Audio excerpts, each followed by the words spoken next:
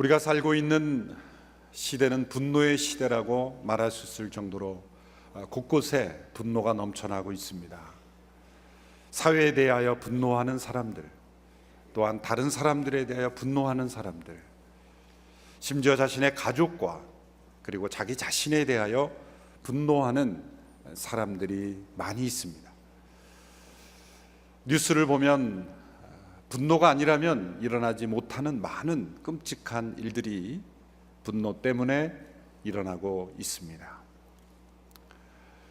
이 분노가 얼마나 무서운지, 그 분노는 우리를 불살라 버리기도 하고, 그 분노 때문에 우리의 관계가 깨어지기도 하고, 또 한 사람의 인생이 일평생 망가지기도 합니다. 우리가 분노할 때 내린 결정이나 행동은 대부분 잘못된 것일 때가 많습니다. 분노 가운데 하나님의 의를 이루기가 어렵기 때문입니다. 정말 의로운 분노가 아니라면 대개 우리의 분노는 하나님의 뜻 바깥에서 내려지는 결정이나 행동을 행하게 되기가 너무나 쉽습니다. 분노가 이렇게 위험함에도 불구하고 사람들은 이 분노를 내버리지 못합니다. 분노와 함께 살아갑니다. 심지어 분노 중독이라는 단어가 나올 정도입니다. 분노 자체는 에너지가 있죠. 그것이 부정적 에너지지만 그것이 우리에게 어떤 에너지를 주기 때문에 어떤 사람은 화내지 않고는 인생을 살지 못하는, 힘이 없는 거예요. 화내지 않으면, 분노하지 않으면 에너지가 나오지 않기 때문에 끊임없이 화를 내면서 살아가야만 살맛을 느끼는 그런 사람들도 있습니다. 분노가 영어로 하면 anger 아닙니까? 그 앞에 알파벳 D를 붙여보니까 danger, 위험한 그런 것이 되죠. 분노는 얼마나 위험한지 모릅니다. 저희 교회에 오셨던 이 칩 잉그램 목사님이 쓰신 분노에 관한 책을 보니까 우리가 분노에 대해서 반응하는 세 가지 유형의 반응으로 잘 요약을 했습니다. 첫 번째 유형은 이 폭발형입니다. 폭발형. 이 분노를 터뜨리는 것이죠. 어떤 상황, 어떤 대상인 상관없이 마치 폭탄이 터지듯이 분노를 토해내는 것입니다.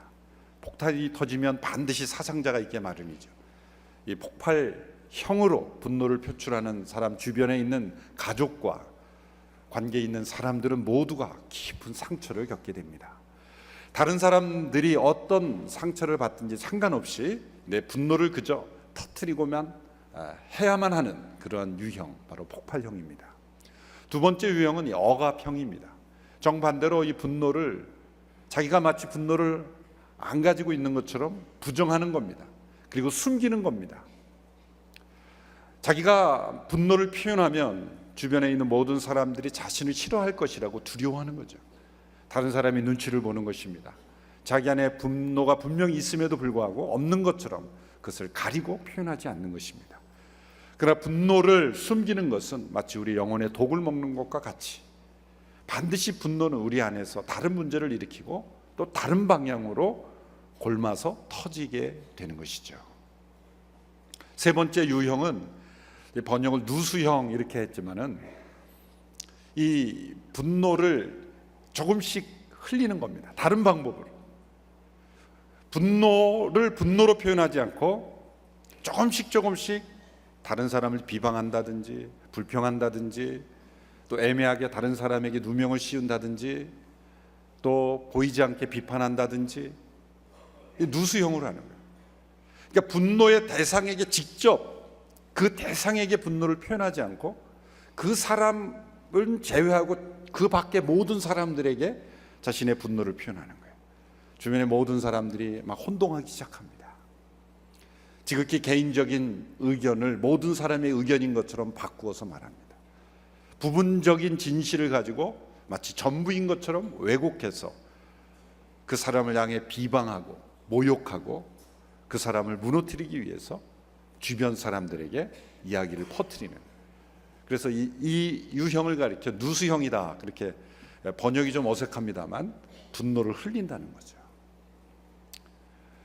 이 세 가지 유형으로 우리는 인생을 살아가고 있습니다. 때로는 폭발하고 때로는 억압하고 때로는 자신의 분노를 흘리면서 살아가고 있습니다. 예수님을 오래 믿은 성도들에게서도 이러한 유형이 나타납니다. 하나님의 마음에 합했던 다윗에게도 이런 분노가 나타났습니다. 놀랍게도 그 분노가 첫 번째 유형인 폭발형으로 나타났어요. 오늘 본문에 나타난 다윗의 분노,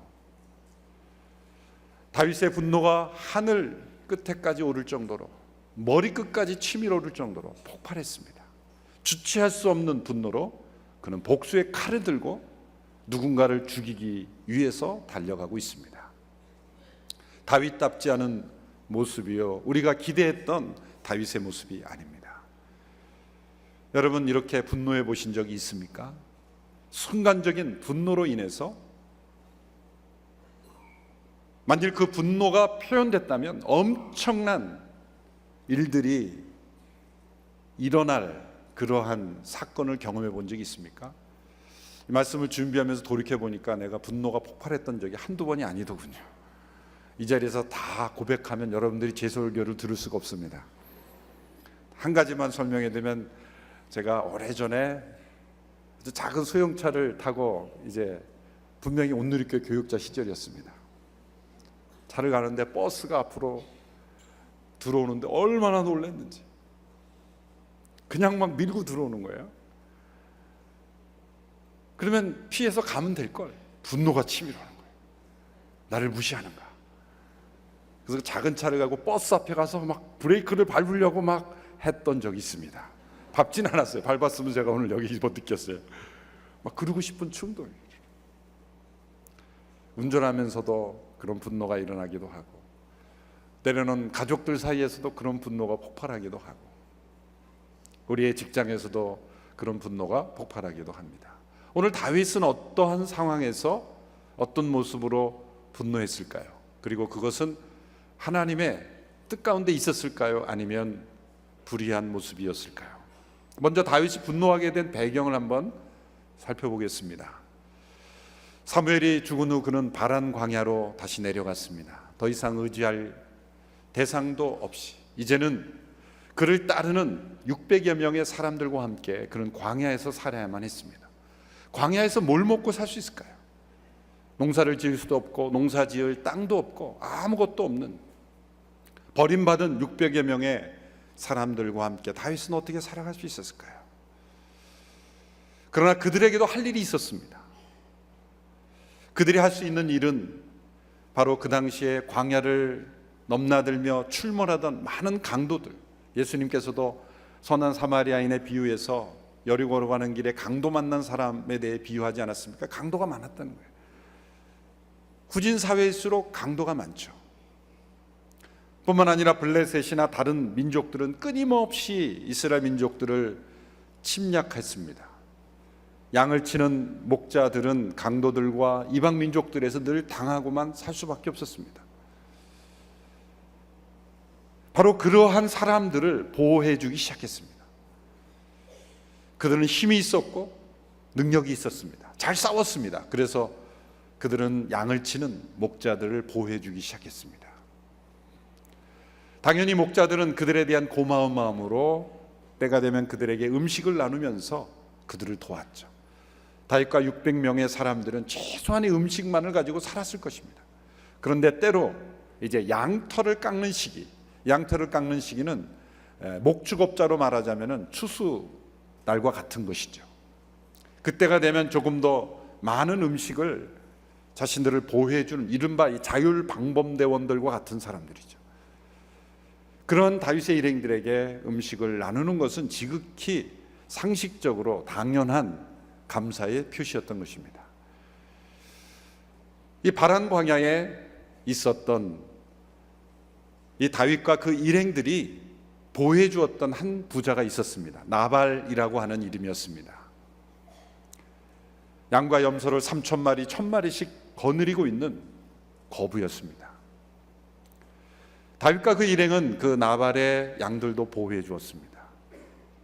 이제 양털을 깎는 때가 되어서 다윗은 기대감을 가지고, 그리고 상식적인 차원에서 사람들을 보내서 음식을 요청합니다. 10명의 소년들을 보냈다 그랬어요. 10명을 보낸 이유가 뭘까요? 한 사람을 보내지 않고 10명을 보냈다는 거예요. 10명이 받을 수 있는 만큼을 기대한 거겠죠. 10명이 양손에 들을 수 있는 만큼만 주십시오. 그러나 말은 어떻게 합니까? 8절에 보면 그저 손에 닿는 대로 주십시오. 손에 닿는 대로. 손이 크면 많이 줄 거고 손이 작으면 적게 줄 되지만 어쨌든 주는 대로 받겠습니다. 그리고 이렇게 공손하게 표현합니다. 당신의 아들이니 다윗이 구합니다. 나발에게 정중하게 당신의 아들이다. 그런 겸손하고 정중하고 그리고 상식적인 차원에서 요청을 아주 예의 바르게 다윗이 합니다. 그런데 이 나발이 어떻게 반응했습니까? 나발이 거절했어요. 거절했을 뿐만 아니라 다윗에게 모욕을 줬습니다. 그 말씀이 오늘 본문 10절 11절에 나옵니다. 우리 같이 한번 10절 11절 말씀을 함께 읽습니다. 시작. 나발이 다윗의 종들에게 대답했습니다. 다윗이 대체 누구냐? 이새의 아들이 누구냐? 요즘 자기 주인을 버리고 떠나는 종들이 많다는 얘기를 들었다. 내가 왜 내 빵과 물과 양털 깎는 사람들을 위해 잡은 짐승의 고기를 가져다가 출신도 모르는 사람들에게 주겠느냐? 이 나발의 말은 다윗의 분노를 일으키기에 충분했습니다. 그는 먼저 다윗이 누구냐? 라고 말했어요. 이새의 아들이 누구냐? 마치 다윗을 모르는 사람처럼 그렇게 여겼다는 거죠. 나발이 다윗을 모를 리가 없습니다. 자신의 양떼를 지켜주었던 그 다윗과 그 일행, 그리고 다윗은 유명한 사람이 이미 되었는데 다윗을 모른다는 게 말이 안 돼요.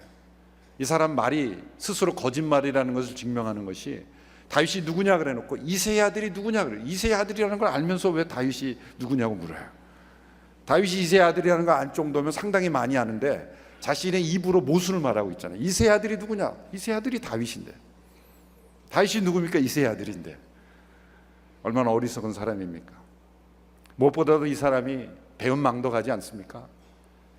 자기의 것을 지켜준 사람들에게 조금만 성의만 표시하면 될 것을 말끝마다 내 빵, 내 물, 내 양을 내가 출신도 모르는 사람들에게 주겠느냐? 줄 수 없다는 거예요. 얼마나 인색하고 은혜를 갚지 않는 사람입니까? 그러나 가장 다윗에게 분노를 일으켰던 말이 있습니다. 이렇게 말했죠. 요즘 주인을 버리고 도망다니는 그런 배신자들이, 불황자들이 있다고 하던데 다윗을 뭐라고 평가한 겁니까? 반역자다, 배신자다, 주인을 버린 자다, 그렇게 비유한 거예요. 이 말 자체에 가시가 들어있고 다윗에 대한 평가가 들어있는 거죠. 그는 다윗을 모르는 자가 아니라 사울이 뒤쫓고 있는 도망자라는 걸 알고 있는 거예요. 그리고 사울의 시각으로 다윗을 바라보는 거예요. 다윗은 배반자요, 반역자요, 불황자요. 다윗이 애매하게 고난받고 있는 입장을 이해하지 않고 사울의 입장에서 그는 다윗을 평가하고 있는 것입니다. 너는 불황자 아니냐? 너는 배반자 아니냐? 내가 배신자에게 내 음식을 줄 수 있느냐? 이것이 다윗에게 큰 모욕이 됐던 거죠. 다윗에게 자존심을 건드렸다는 거예요. 다윗이 분노했습니다. 여러분, 이렇게 악하고 어리석은 인색한 사람을 보면 화가 나는 것이 당연하지 않겠습니까? 그렇죠? 저와 여러분이라면 화 안 나겠습니까? 지금 화내는 다윗을 보고 아유 왜 화를 내, 참지, 그렇게 말할 사람은 아무도 없을 거예요. 우리가 다윗이라도 당연히 화가 났을 거예요. 이런 나쁜 사람이 있나? 이런 사람을 보고도 마음이 그저 평안하면 그것도 문제가 있어요. 이 사회 속에 이렇게 악하고 나쁜 그런 사람들이 있는데 그 사람들을 보고 그냥 아무런 마음에 동요가 없다. 둘 중에 하나죠. 진짜 훌륭한 성인이거나 아니면 똑같은 부류의 사람이거나. 대부분 화가 나는 거예요. 화 자체는, 분노 자체는 건강한 분노일 수도 있어요. 때로는 의로운 분노일 수도 있습니다. 그러나 중요한 것은 그 분노를 어떤 방법으로, 어떤 동기로 표현하느냐가 더 중요하죠. 다윗의 오늘 분노를 표현하는 방식을 보면 의로운 분노라기보다는 잘못된 동기로, 잘못된 방법으로 분노를 표현하고 있다는 것이 문제라는 것이죠. 오늘 본문에 나타난 다윗의 분노를 보십시오. 13절과 21절, 22절의 말씀을 함께 보시며 다윗의 분노를 함께 살펴보겠습니다. 13절 말씀 함께 읽습니다. 시작. 다윗이 소년들에게 말했습니다. 칼을 차라. 그리하여 그들은 칼을 찼고 다윗도 칼을 찼습니다. 약 400명 정도의 사람들이 다윗과 함께 올라갔고 200명은 짐을 지키며 남아 있었습니다. 21절. 다윗은 내려오면서 이미 이렇게 다짐했습니다. 내가 그동안 광야에서 그의 재산을 지켜 하나도 잃지 않게 하려고 그렇게도 애를 썼건만 그게 다 소용없는 일이었다. 그는 선을 악으로 갚았다. 내가 만약 아침까지 그에게 속한 모든 남자 가운데 하나라도 살려둔다면 하나님께서 다윗에게 심한 벌을 내리고 또 내리셔도 좋다. 다윗은 선을 악으로 갚은 이 나발을 죽이기로 결심했습니다. 그뿐만 아니라 나발에게 속한 모든 남자들 다 죽이기로 결심했고, 심지어 이렇게까지 말합니다. 내가 나발을 제거하지 않으면 하나님이 나를 벌을 내리셔도 좋다.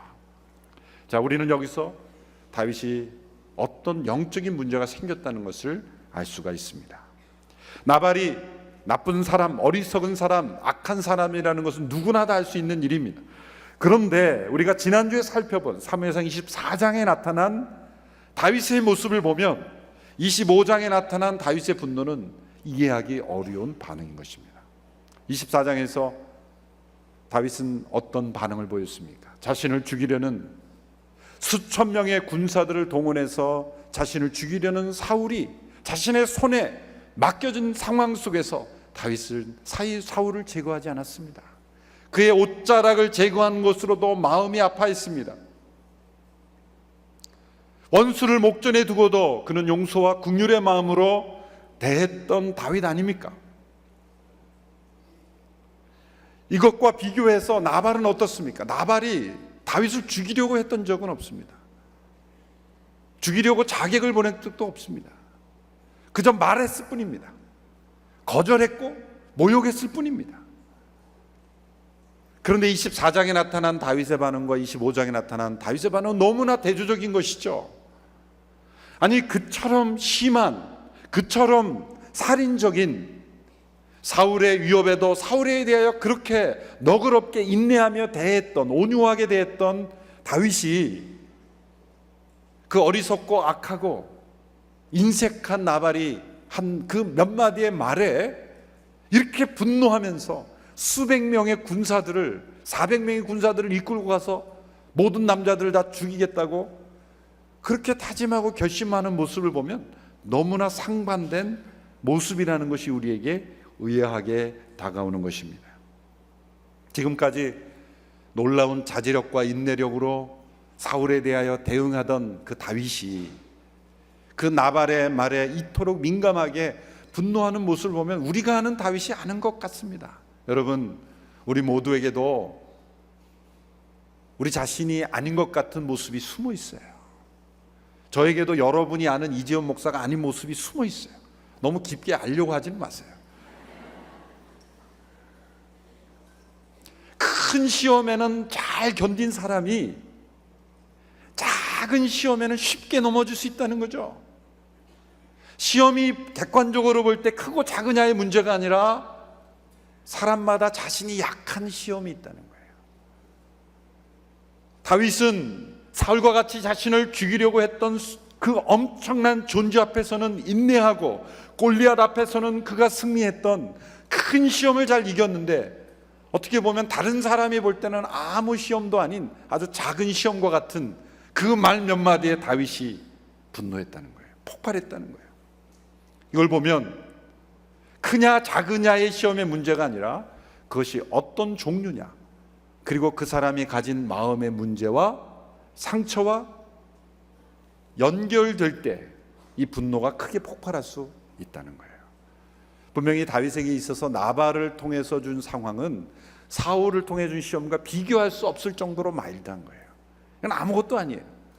그런데 다윗이 사울에 대한 것보다 훨씬 더 과민하게 폭발하고 있다는 것을 우리는 주목해야 합니다. 앨런 레드파스라는 목사님 이 부분을 보면서 마치 다윗이 살아있는 것처럼 호소하듯이 이렇게 글을 썼는데 한번 들어보십시오. 다윗이여, 다윗이여, 지금 왜 그런가? 우리가 최근 당신에게서 배운 가장 놀라운 것 중에 하나가 사울에게 보인 당신의 인내가 아니었던가? 당신은 하나님을 의지하는 것을 배웠고 그토록 사울이 오랫동안 당신의 대적이 되었지만 당신은 손을 들어 하나님의 기름 부은 종을 치는 것을 거부했었지 않은가? 그러나 지금 당신 자신을 보라, 다윗이여, 당신의 자존심은 온데간데 없이 사라지고 나발같이 어리석은 자가 한 몇 마디 모욕적인 말에 그렇게 경노하다니, 다윗이여, 어찌된 일인가? 어찌된 일인가? 참 호소력 있게 잘 문장을 썼어요. 여러분, 나발은 다윗에게 있어서는 사실 또 다른 사울이었습니다. 작은 사울이었습니다. 그의 태도나 가치관과 그런 언행을 보면 영락없이 사울이에요. 만약 나발이 왕이 오르면 영락없이 사울일 거예요. 또 사울이 나발의 위치에 있으면 영락없이 나발일 겁니다. 나발과 사울은 서로 상통하는 사람이에요.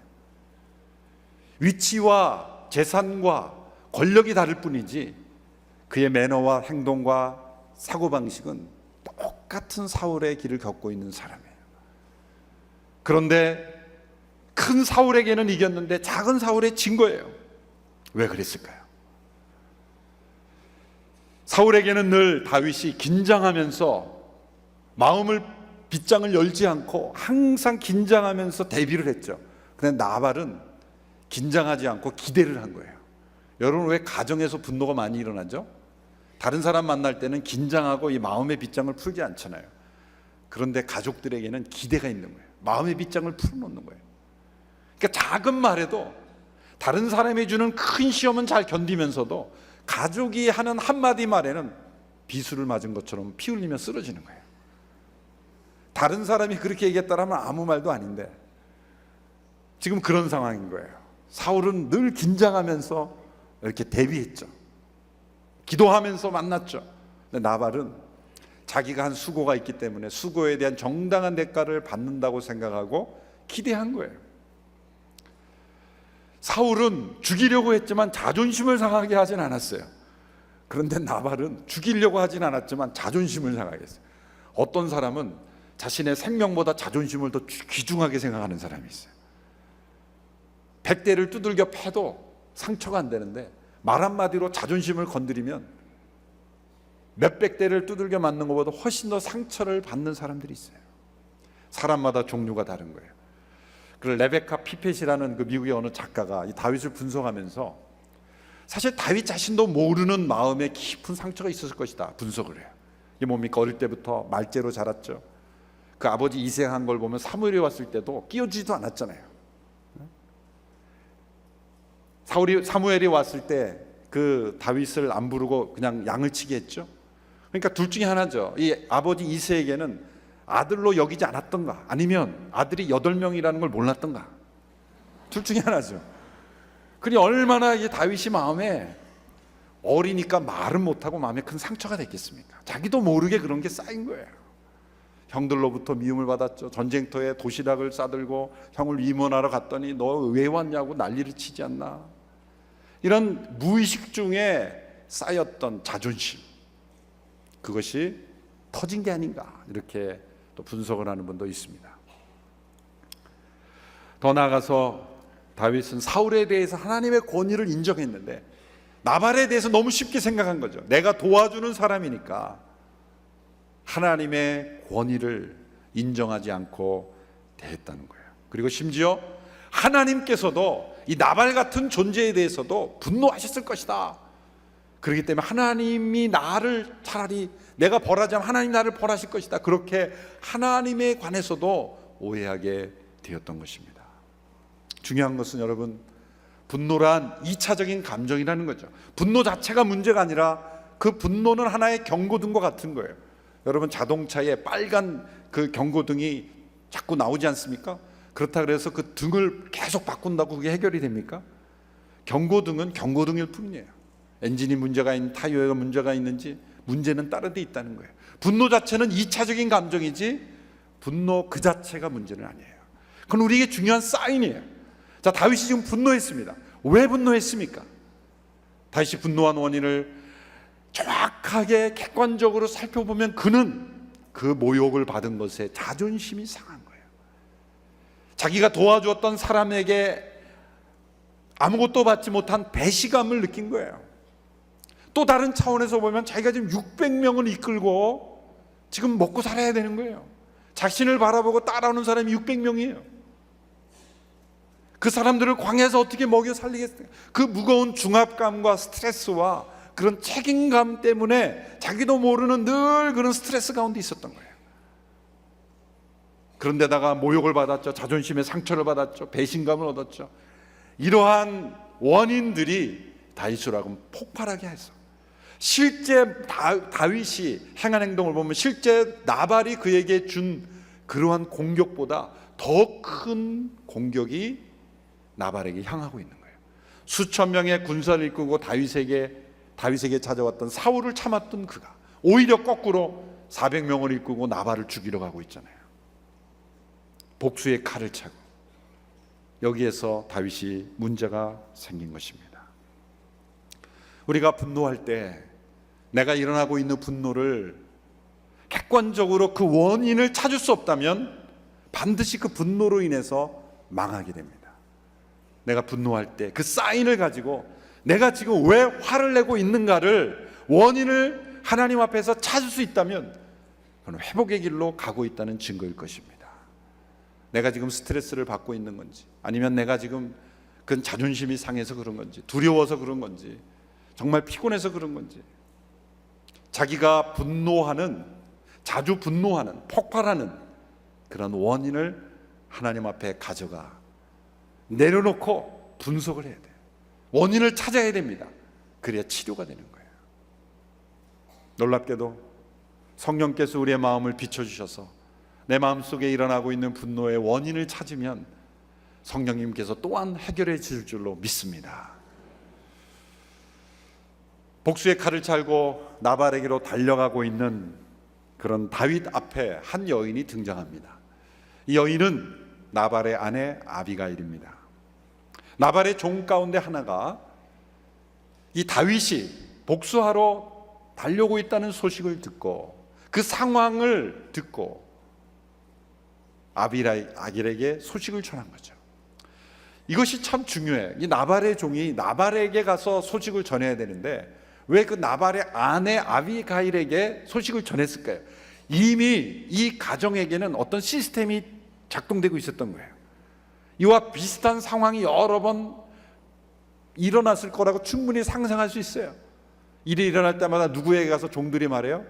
그 아내에게 가서 얘기한 거예요. 왜? 나발에게 얘기해봐야 아무 소용이 없으니까, 문제가 더 심각해지니까 주인 나발에게는 얘기하지 않고 전부 그 아내 아비가일에게만 가서 얘기한 거예요. 그게 해결이 되는 거예요. 그리고 아비가일은 이미 종들에게 다 무슨 일이 생기면 나에게 먼저 얘기하라고 다 시스템을 만들어 놨을 거라고 생각할 수 있어요. 종이 가서 말합니다. 큰일 났습니다. 주인 나발이 다윗에게 이렇게 응답했고 그 다윗이 이제 우리를 죽이려고 이렇게 다가오고 있습니다. 아비가일이 이 대응하는 걸 보면 여러 번 해봤던 것 같아요. 비슷한 사건이. 먼저 음식을 준비합니다. 여기 보니까 떡 200덩이, 포도주 2가죽부대, 양 5마리, 복곡식, 오세야, 건포도 100송이, 무화과 뭉치 200. 적지 않은 음식이죠. 딱 보니까 10명 정도가 들 수 있는 음식 같아요. 다윗이 기대했던 걸 순간적으로 10명이 왔다 그러니까 10명이 들을 수 있는 다윗에게 준 음식을 준비한 거예요. 그리고 남편에게는 말하지 않습니다. 틀림없이 말하면 가지 말라고 할 테니까. 그러면 죽게 되는데. 아비가일의 이러한 행동을 남편에게 무슨 일인지 말하지 않고 해도 된다고 생각하고 적용하지 마십시오. 나도 이제부터 남편에게 말하지 않고 행동해야 되겠다. 그런 적용은 잘못된 적용입니다. 나발처럼 어리석고 악하고 이렇게 고집세고 스스로 멸망하기를 자총할 때만 특별히 예외적으로 허락되는 것이지 일상적으로 허락된다는 게 아니에요. 나발은 결코 흔치 않은 사람입니다.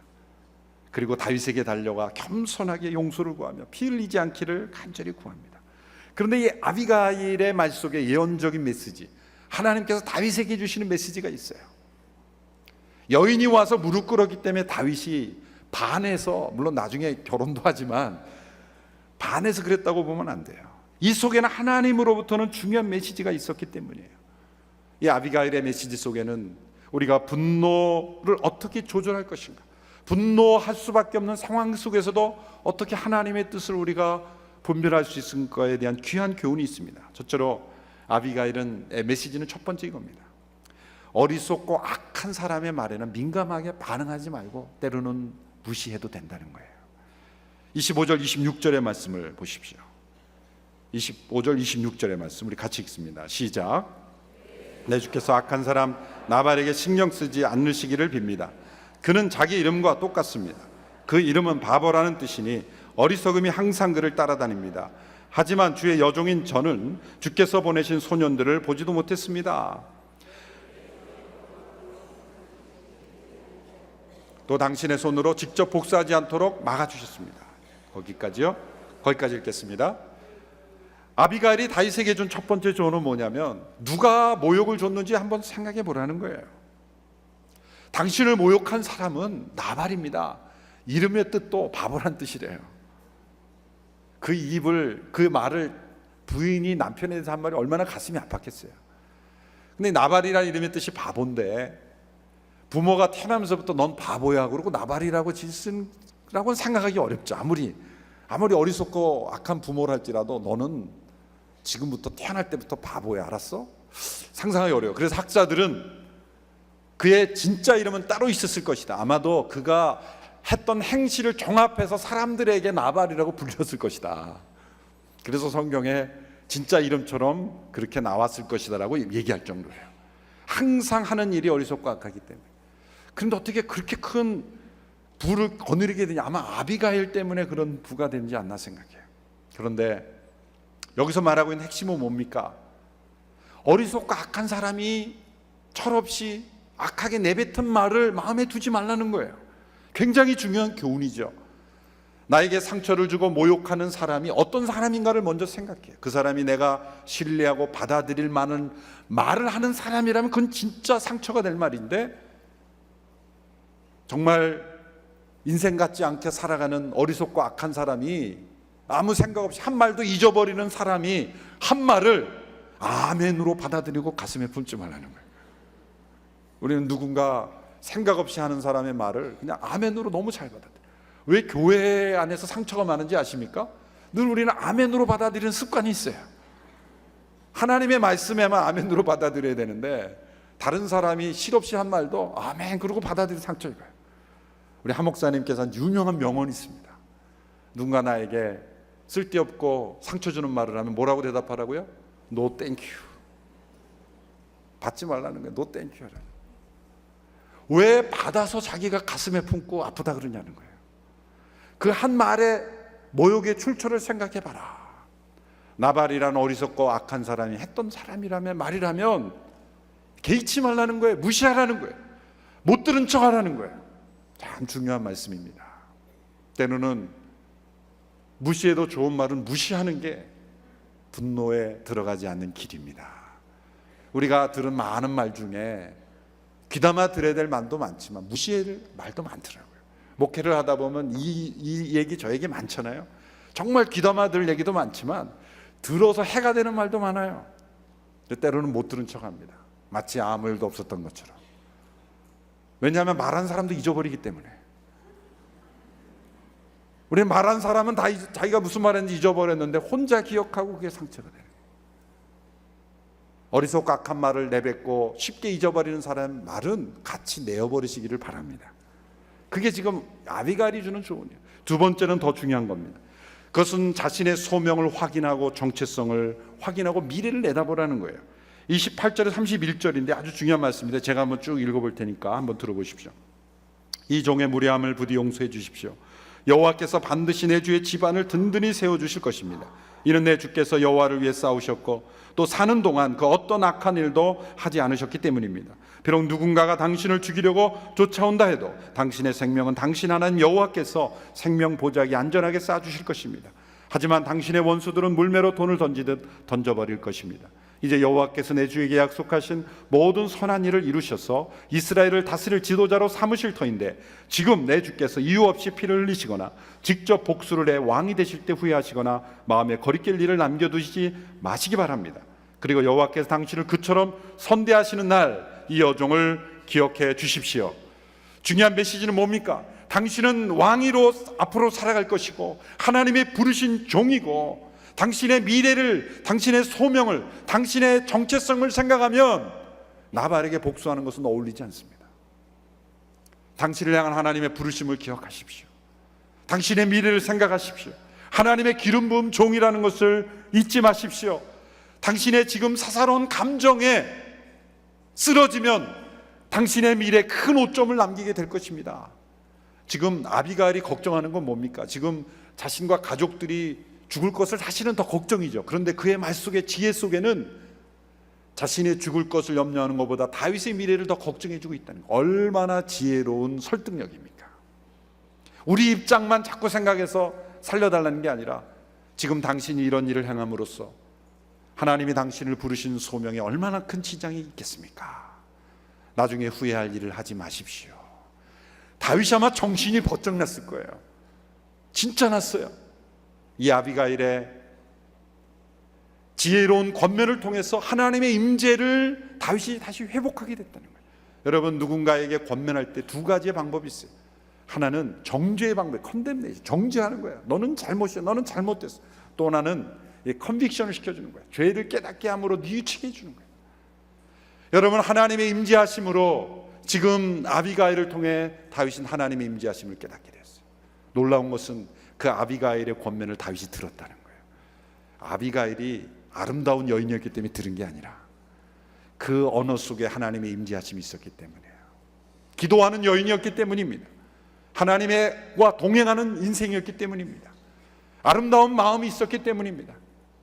그 아비가일의 아름다움이 다윗의 마음 속에 있었던 그 아름다움을 다시 일으켜준 거예요. 그가 복수의 칼을 내려놓습니다. 그리고 그 아비가일 앞에 이렇게 인정합니다. 너를 보내서 나에게 복수의 피를 흘리지 않게 하신 그 하나님을 찬양합니다. 하나님을 다시 찬양하게 됐어요. 복수의 마음을 내려놓게 됐습니다. 자신의 소명과 정체성을 잃어버릴 뻔한 그 위기를 벗어나서 이스라엘의 왕으로서의 그 거룩한 소명을 다시 확인하게 되었습니다. 순간적인 감정으로 큰 일을 그르치지 않게 되었습니다. 육신의 본성을 따라 일하지 않게 되었습니다. 이런 아비가일의 임재하심을 통해 하나님께서 아비가일을 사용하셔서 다윗을 보호해 주셨습니다. 여러분, 우리 안에 많은 분노의 원인들이 있습니다. 여러 상황과 사람들과 사건들을 통해서 부딪힘 속에서 때로는 폭발하고 때로는 억누르고 싶고 때로는 다른 곳으로 그렇게 흘리고 있는 많은 분노들, 그 상황 속에서 우리는 나발과 같은 어리석고 악한 사람과 동일한 수준으로 내려가지 아니하고 정말 아비가일이 보여줬던 그 아름다운 태도처럼 무시할 것은 무시하고 잊어버릴 것은 잊어버리고, 그러나 기억할 것은 우리가 누구인가, 우리가 어떤 사람인가, 우리의 미래를 생각하면서, 그리고 하나님이 나를 부르신 소명과 정체성을 가지고 우리가 하나님 앞에 우리의 감정까지도 순종할 때 다윗처럼 하나님의 마음에 합한 사람이라 인정받을 수 있으리라고 믿습니다. 바로 이 점이 다윗이 하나님의 마음에 합한 사람이다 라고 인정받을 수 있는 것입니다. 그도 우리처럼 분노했습니다. 그러나 분노를 하나님 앞에 내려놓을 줄 알았습니다. 우리의 분노가 파도치는 태풍과 같이 일어나는 인생이 아니라 주님 앞에 잔잔한 호수처럼 하나님이 주시는 은총과 평안 가운데 살아가는, 그리고 하나님의 뜻을 따라 살아가는 저와 여러분이 되기를 주님의 이름으로 축원합니다. 기도하겠습니다.